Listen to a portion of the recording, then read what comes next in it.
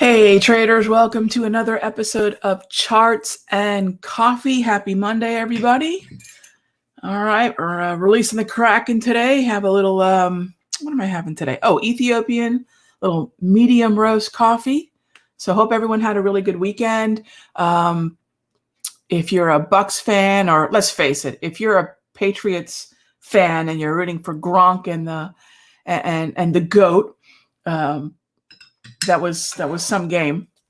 But hearts go out to the chefs, the Chiefs. You guys might know the Snickers commercial. Our hearts go out to those Chief fans because they played a heck of a game. Injured, decimated offensive line. Patrick Mahomes couldn't move. It was a really good game. I wish the Chiefs were healthier, but yeah, really good game. If you're a Bucks fan. All right, so let's get to it. Again, happy Monday. Looks like audio and video are working well. Very cool. All right, so let's get to it. What do we have going on today? You'll notice on the screen that I've got the S&P 500 on the screen, opening higher. Gang, we've been talking about this for some time over in the Simpler Futures free videos, discussing pretty much constantly the idea of the reflation trade. Janet Yellen's now the Treasury Secretary. The spigots over at the Federal Reserve by way of M2 money supply wide open, which means that money then goes into, of course, the balance sheet. And so it's hard to bet against the equity markets. As you know, Yellen said last week, a lot of positive words about full employment and optimism about recovery in the second half of the year. And I've heard even more aggressive projections for where the economy's heading. Well, when we're printing money like it's going out of style, it's, again, hard to bet against the reflation trade. Where does the reflation trade land? In the broader averages. Of course, in the heavily weighted sectors within the broader averages. You know, if you're wondering, what is it with these short squeezes just kind of falling out of the sky? Reflation is very much friendly to that short squeeze environment. Commodities, let's not forget about the commodity trade. Commodities are in fuego. Crude oil, grains, your good old-fashioned grocery store commodities. So, you know, keep that in mind. And so let's get to it. Hey there, Becky. Good morning. What do I think about steel? I have a box of chocolates, assortment of calls ranging from, I have it. So, I mean, look, I think, Becky, that probably is a really good kickoff to what I've been talking about here, which is if I see a reflation trade coming into play and I see that commodities are going to head higher, generally speaking, I think the steel narrative, which frankly I'm not on, but I'm on the copper narrative, and I think they're probably pretty tethered in that regard. So if we are looking at economic optimism, and if we're looking at a trade that basically relies on expectation for further economic expansion and growth, then it's tough to bet against that. But I can't say that I have any skin in the game there. Let's see, CLF. Well, it's hard not to like it. It's hard not to like that CLF structure. It got a little wobbly there, but I sure as heck wouldn't want to short it. So I like where you're thinking. I like where your head's at. That's what I like to say. You know, we've got a nice consolidation that happened inside the wave that came after the pullback from an uptrend. What's not to like there? All right. So next up is, and thanks for the question, Becky. Next up is GE. Sure. Yeah, it's funny. It's funny you mentioned that, S10. GE has been something that's been sort of flirting with my on my radar. I'm flirting with a potential position here. I typically don't like stocks under $20, but I look at my watch list, and I've got a number of them that I'm going to be keeping an eye on, mainly because we've got some interesting volume levels and structure to work off of. So I think the GE's got a little bit of overhead resistance between 1150 and 12, but it has some good support down near the bottom of this range here, around 1070, 1080. So it's kind of stuck between two thick levels, one of support, one of resistance, because the trend that preceded this compression, this range-bound action was up, my feeling is the path of least resistance is also up. So I like the look of it. I would be bullish on GE there. All right, next up is CLVS. Yeah, a lot of folks talking about CLVS. CLVS is one of those names that's been on the short list, right? Your high short interest. So the thing with this one is, anytime you're playing some of these high short interest trades, good structure, it's fine, under $10, be aware. It could unravel very quickly, right? That's something we need to keep an eye on. It could unravel very, very quickly. So in terms of what we're looking at here, I would need a pullback like I would in any other uptrend. I just know that this uptrend's a different kind of uptrend because the participants are, by and large, going to be momentum players. They're willing to buy at higher highs. That's going to be partly due to the high short interest. And that's also going to be partly due to the price of the stock, those lower price single digit stocks. But generally speaking, yeah, I do like the upside, but I wouldn't want to be long from 950. I'm not saying that it can't go higher. I'm saying that I don't like the risk because where I want to engage this market's probably closer to about 780. So as long as you're thinking, well, Rog, I'll take that movement. I'll see the range that I can see the range it's been in. I'm okay with that kind of pullback.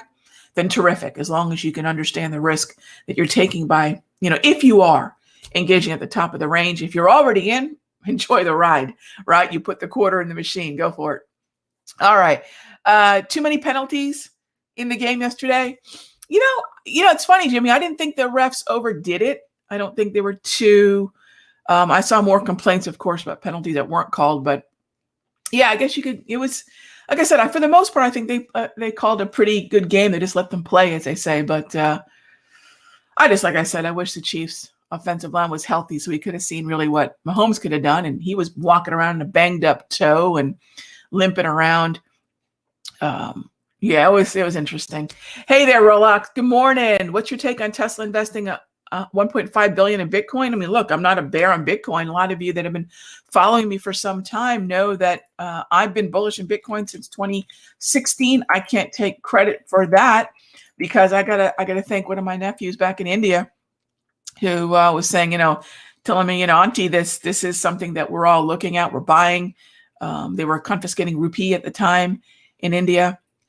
And I thought, yeah, you're really buying Bitcoin. And this was when Bitcoin was trading $300 to $500. And the narrative made sense. So either, I've said this from the get-go, either you're a believer in the blockchain and crypto narrative or you're not. I think to be a latecomer to this game, I guess it's better than nothing. You can clearly buy a piece of Bitcoin. You don't have to buy a full coin, but be cautious. Do I think Bitcoin could pull back again? Yeah, of course it could. Of course it could. Here, I can talk about all the reasons where Bitcoin is a hedge against, so many things. That could be its own episode. But, and I think Paul Tudor Jones said it really, really well when he explained what Bitcoin really was a hedge against. But having said that, Bitcoin is unusable, right? I can talk about both sides of the argument. This is a trade that a lot of folks are talking about. It's an unbelievable move. I just can barely tell anybody to go put $43,000 down or even a fraction of this to get long at these highs. If you like this, look, it wasn't all that long ago that we were pulling back into this area around 28,000. We'll do that again. Would I be surprised if Bitcoin gets cut in half at some point? I would be 0% surprised because when you look at the history of this thing, it has had pullbacks. And it wasn't all that long ago, Bitcoin was trading around $3,000, right? $3,000 to $5,000. So I'm not saying we'll head that back down there again, but I have a very difficult time in any market talking about highs up in this area. Tesla bought $1.5 billion in Bitcoin, and Elon Musk is pushing Dogecoin, the preferred crypto of Shiba Inus everywhere. So it's a crazy narrative. Like I said, either you're a believer in crypto, you're a believer in the blockchain, but it's not the kind of market that I would just randomly speculate. But I'm glad I have Bitcoin. I think everyone should have a little bit of it. You could buy a piece of a Bitcoin, but yeah, Rolex, I don't know if you have a position or not. I guess I'm talking to the group, but yeah, I like the narrative. It made sense to me back in 2016. I saw how it was moving because of political wins. And gosh, I don't want to sound like I'm against it. I'm just against someone buying it at $43,000. All right, next up, Zscaler. So on Zscaler, yeah, we're coming up into earnings. Clearly, we can see that's just right around the bend. We're still outside the 2-week window. So I'm fine with buying on a pullback because I don't feel that we have the bulk rush. I will say, so I was just going over our positions in the Sector Secrets Mastery with my partner here in the office. And Zscaler, we did get a trigger on Zscaler when it pulled back. And just so I can give you guys an idea of what that was, just bear with me here. Pull this up. And, all right, so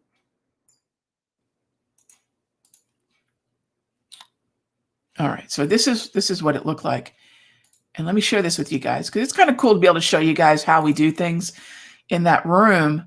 So this is what an alert looks like. For those of you that have never seen it, this is what an alert looks like.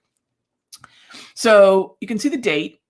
So what I like to do when I'm walking folks through the setups is, I'll put the date out here. So that was February right in here. Okay, so that was where the alert was sent, right? And we've been looking for, pullback entries since. So that gives you an idea of where I want to be long. Does that make sense? That gives you an idea of where I want to be positioned, how I want to be long, where I want to be long from. Even before that, and this is something we've been pursuing for a while. Here's another look at. And like I said, if I can't get a fill in the context of an uptrend, I'll just keep setting up recalibrated entries. So this was an entry we were looking at back on the 11th of January. So you go back to here. So what I'm hoping to get across to you guys is if you find a narrative you like, keep sticking with it.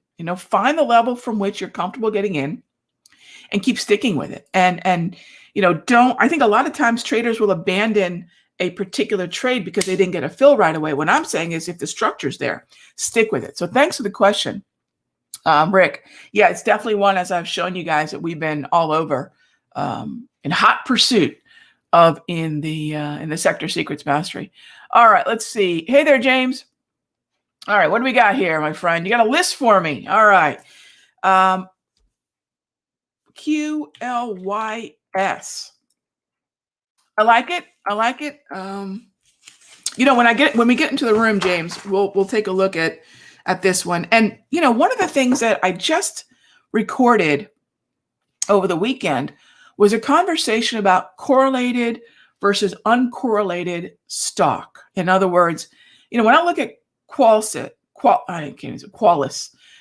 where is Qolsys weighted? What sectors? Does it have any significant index weighting?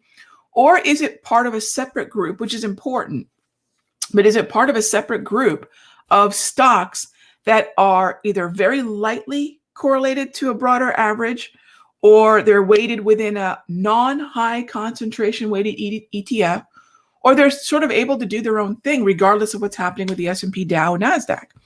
And those kind of stocks are really important. Those kind of stocks are very, very important. And Qolsys, as I look at it now, Qolsys is going to be interesting because of, so do you see where this thing is sitting? This cluster of volume. These are things that I look for. And it's a really good reminder. And I think we might have talked about this last week. 4 factors always we're thinking about when we're putting a trade together. Price, of course, but unfortunately, a lot of traders stop at price. They stop calculating their trade setup. They stop at price. Maybe there's a candlestick pattern, which is also price, by the way. What I want you guys to do is look at price. The earlier question that Rick asked about earnings, that's time, right? So price, time. What about volatility? Look at the way we pull back, right? Those of you that follow my work will know that when we get an above average move based on daily historical price movement ranges, I'm going to be waiting for a very specific pattern. We actually had 2 examples on this particular chart here, interestingly enough. So I'll need a specific stall pattern. So I'm looking at price, I'm looking at time, I'm looking at volatility, and then volume. Look at what we sunk into. So yeah, that's an interesting one, my friend. That's a really interesting one. We'll definitely I'll put on the list. I'll definitely talk about it when I see you guys in the mastering room later on. But yeah, I do like it. LRCX. And your Johnson & Johnson trade, James, is in Fuego, right? Very nice trade on that one. LRCX, decent structure, a little bit of volatility. Now it's compressing. I'd be a little bit more, I'd probably shy away from this one right now. I wouldn't take it off the radar, but I'd probably shy away from this one a little bit right now. Come back to it, continue to monitor it for better structure. I'd say the same thing about Citrix. I'd probably stay away from it from right now, but all of them are in really nice volume clusters, if you will. So yeah, I like that a lot. Maybe drop some VWAPs and see what your average volume is looking like, but those are good looking names. George, the all-knowing, all-seeing Google. Again, at brand new highs like this, I'm not going to engage the market. But then that just reminds me to mention, we have earnings. It's tough to want to get in right before earnings. Before that, it was pretty choppy. Look, there's an interesting ETF. What is it called? Is it FBN or FDN? Yeah, it's FDN. This is an interesting ETF. And when you go take a look at what's in it, I think a lot of you will find it's a very interesting look at a number of names that we look at, including Google. And so do I like it long? I do. I just don't like it long from where it's at, right? So same idea of, put it on the watch list, wait for a pullback, wait for some kind of retracement. And kind of along the line of what you pointed out here on PLTR. So this is what I like, George. Good stuff here. PLTR, uptrend, double green, pullback. No volume in play really, but we have some nice VWAPs in play. And these are, let me point these out here. Let's see. No, not the Darvis. There we go. Let me brighten these up a little bit so you guys can see them. There we go. So that line right there, the magenta, pink, whatever you want to call it, that's a VWAP, volume weighted average price. And so when I can't find a point of control, when I can't find a volume cluster, but I like the structure, I like the pullback, those VWAPs, that sub-market sonar, seeing those trends that are just below the surface. What's the surface? Price. What's just below the surface? The things that most people don't look at, gang: volume, volatility, time. So, if you've been here in the room for any length of time, you know that we factor all that stuff in. So terrific question. I like that off that level there. Bearish momentum into the 21 EMA, pretty nice setup. But by the way, heading higher, I want nothing to do with it, right? The setup isn't today. The setup wasn't even, quite frankly, Friday. It was Thursday, Wednesday, Tuesday. So that's what I'm trying to show you guys, maybe in some ways reprogram, that it's not the day that the market's moving higher that you necessarily want to engage it. It's, if you want to, for example, put on a call, a debit, some sort of debit spread, right? Call vertical. If you are a fan of put credit spreads, collecting premium on that nice, when the stock's just getting creamed, moving lower, but it's within the context of an overall uptrend, you want to collect that premium, that put premium, put credit spread. All of those are going to be built in the same zone. So this is where choose your own adventure with the way that I like to trade comes into play. You want to put on a spread because you want to either collect credit or reduce your cost. No problem. It's going to be the same spot in which I will recommend, hey, let's look at a long call. And they all tend to work in the same way pretty darn well. Some nuances, but that's really what we want to focus on. So it's those specific days down to the correction level that are typically going to be the opportunity. So Let's wrap it up with this last question. Hey there, Beverly. What time frame do I look at on volume profile? Whatever time frame I'm on, I look at 2 time frames for the most part. 1 minute, and we've been looking at the daily here. I don't do a lot with multiple time frame confirmation. I'll pick one short-term time frame, mostly for day trading, one longer-term time frame for my swing and trend trading, which is usually the daily, and that's it. I don't do all that minutia inside a 30, 60, 2-hour, 4-hour. No, I really don't do that any longer. You can pull it up on anything, though. I don't want you to think you can't. I just don't trade those time frames like I used to. I find that my trading has gotten clear, much more precise, and a whole lot easier with either being a day trader and wearing that hat, or being an end of day trend follower and wearing that hat, and really not much in the middle.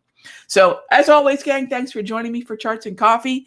I'm going to head on over to the Futures and Sector Secrets room. If you're a member of the Simpler Options room, head on over there. The bell's going to ring here in about 10 minutes. If you're not a member of our rooms here at Simpler, check out one of the trials. We have a lot of trials where you can find, what community here at Simpler is right for you. So in the meanwhile, enjoy the rest of your day. Again, happy Monday, and I'll see you tomorrow. Same time, same station. Be good to each other.